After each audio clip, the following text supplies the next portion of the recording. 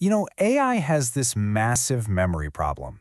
But one research lab thinks the solution isn't about teaching AI to read better, but to see better. And this is a wild idea from a company called DeepSeek that could completely change how AI handles information. So let's get into it. I mean, a quote like this just stops you in your tracks. In the world of AI, we see new stuff drop every single week, right?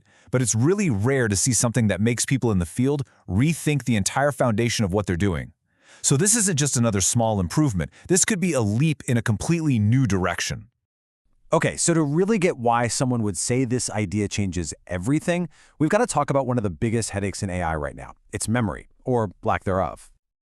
Right now, when you give an AI a document, it can't just read it. No, it has to basically shred it into these tiny little pieces of words and punctuation. We call them tokens. And the more text you feed it, the more tokens it makes, and the computing power, the cost, it all just skyrockets. It's a huge, huge bottleneck. This whole limitation is called the context window. You can think of it as the AI's short-term memory. It's like how much stuff you can hold in your head at once. And yeah, we're always trying to make it bigger, but we keep slamming into this hard wall where it just gets way too expensive and way too slow to process any more information. But the team at DeepSeek, they kind of took a step back and asked a totally different question. What if we've been looking at this problem all wrong? What if the solution isn't to read better, but to see better? And this, right here, is the big idea. Instead of treating a document as this long, messy string of words to process one by one by one, what if you could just treat the whole thing like a picture? You're not reading it anymore, you're looking at it. It completely flips the script from a language problem to a vision problem. So here's how it works, broken down into 3 pretty simple steps. First, you take the entire document and just turn it into a single image. Yep, literally a picture of the text. Then, a vision model squishes that image down into a tiny set of what they call vision tokens, basically a super compact visual summary. And finally, a language model takes that little summary and perfectly rebuilds the original text. Okay, so that's the 30,000-foot view. Now let's pop the hood and see what's actually making this whole thing tick. The whole system basically has 2 main players. First, you have the encoder. Think of it as the artist. Its job is to look at that picture of the text and sketch out a super compact, efficient summary. Then you have the decoder, which is like the translator. It takes that visual summary and turns it right back into the original text, word for word.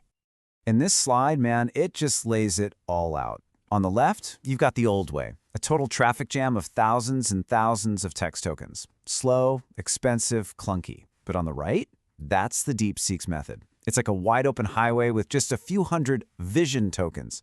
It's that efficiency that blows the doors wide open for a much, much bigger memory. All right, so this all sounds great in theory, but here's the billion-dollar question. Does this crazy idea actually work? Well, the numbers are in, and wow, they're pretty stunning. First up, this number right here, 10x. We're talking a 10-fold compression ratio. So imagine information that used to take up, say, 10,000 text tokens. Now it can be represented by a tiny fraction of that using these vision tokens. That's a huge leap in efficiency. And here's the part that's just wild. You get that insane 10x compression, but you lose almost nothing. The decoder can rebuild the original text with 97% accuracy. It's not summarizing, it's pretty much perfect recall. So this chart shows you the trade-off you can make.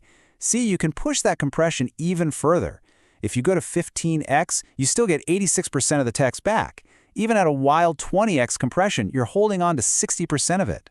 It's like having a dial. You can crank up the compression if you're willing to sacrifice a little bit of that perfect recall. And this table, which is pulled right from their paper, shows you how this plays out in the real world. That top row? For shorter docs, you get over 10 times compression with almost 97% precision. It's amazing. Now, as the documents get longer and you go down the table, the compression gets even better, but the precision starts to dip a little. It's a clear, manageable trade-off. Okay, so let's zoom out. What does all this actually mean for the future of AI? Because this is where it gets really, really exciting. This isn't just some cool engineering trick. It could be the key to a totally new kind of AI memory.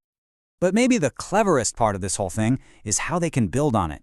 They've proposed a forgetting mechanism that, well, it works a lot like our own memory. It's really elegant. So, your most recent memories? They're stored as these crystal clear, high-resolution images. But as time goes on, the AI starts to downscale those images.